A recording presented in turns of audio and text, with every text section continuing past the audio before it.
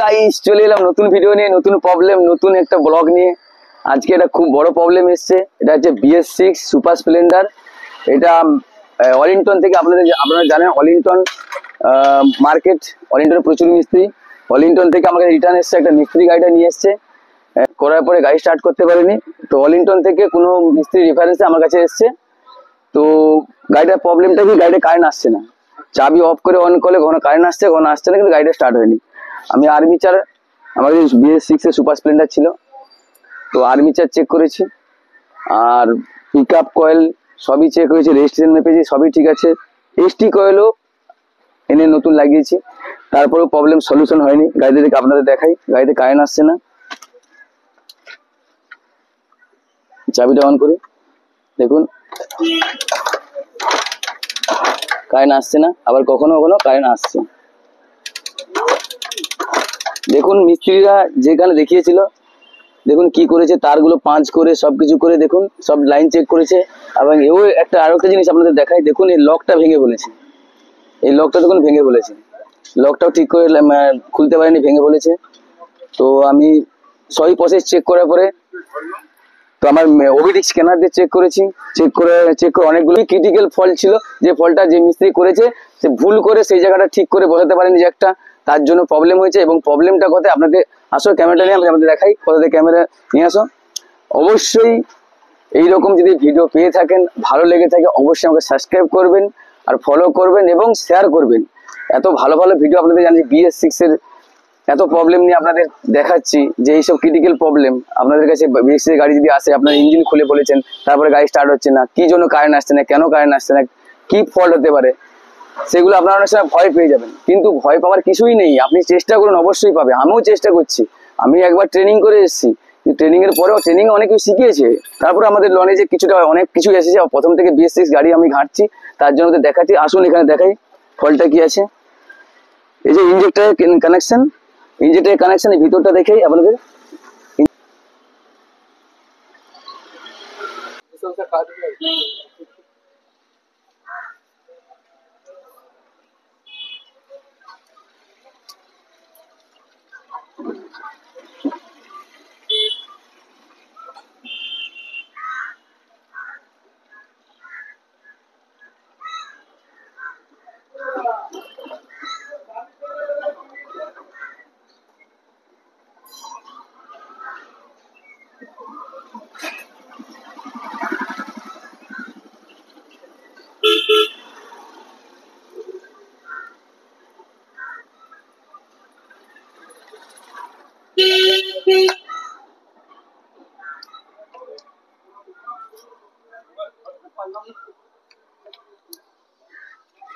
দেখুন পিনটা দেখুন, এই পিন দেখুন, একটা পিন কেমন মুচড়ে গেছে, দেখতে পাচ্ছেন আমাদের পিনটা ভালো করে দেখাতে পাচ্ছি কি, দেখুন একটা পিন মানে বেঁকে গেছে। বেঁকে যাওয়ার জন্য ঠিক মতন এটা কানেকশন যাচ্ছে না এবং কারেন্ট আসছে না, কখনো আসছে কখনো চলে যাচ্ছে, তার জন্য গাড়ি স্টার্ট হচ্ছে না।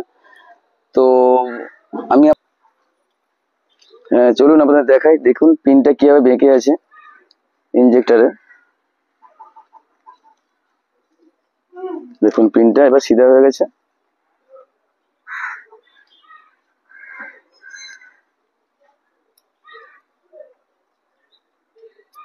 দেখতে পাচ্ছেন পিনটা এবার সিধা হয়ে গেছে, কতটা বেঁকে ছিল। এবার আপনাদের সেটা অ্যাড করেও দেখাবো, দেখুন।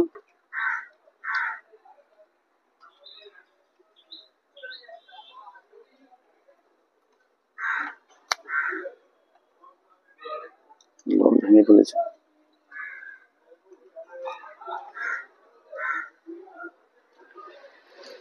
চলো হয়ে গেল।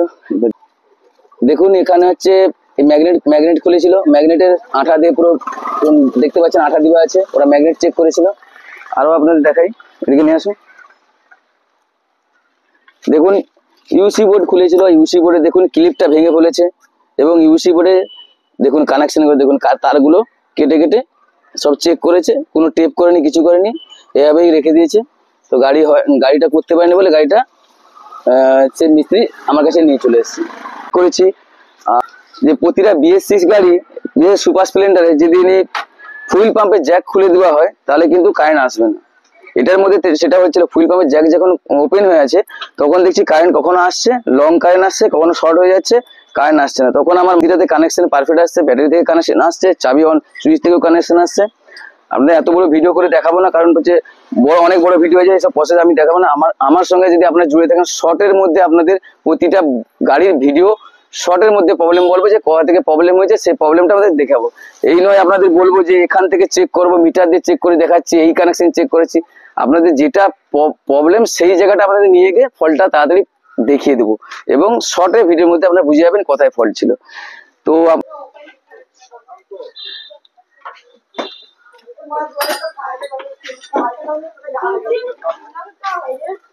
ফুয়েল পাম্পের এখন ট্যাঙ্কি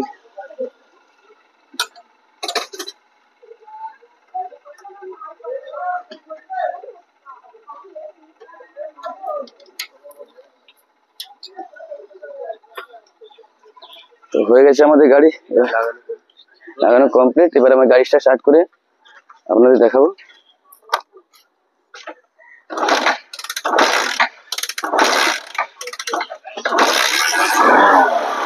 দেখুন আমার গাড়ি স্টার্ট হয়ে গেছে,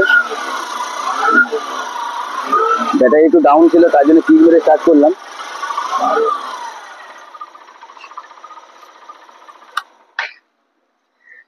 তো পরের ভিডিও আপনাদের দেখা হচ্ছে। Tata, bye bye.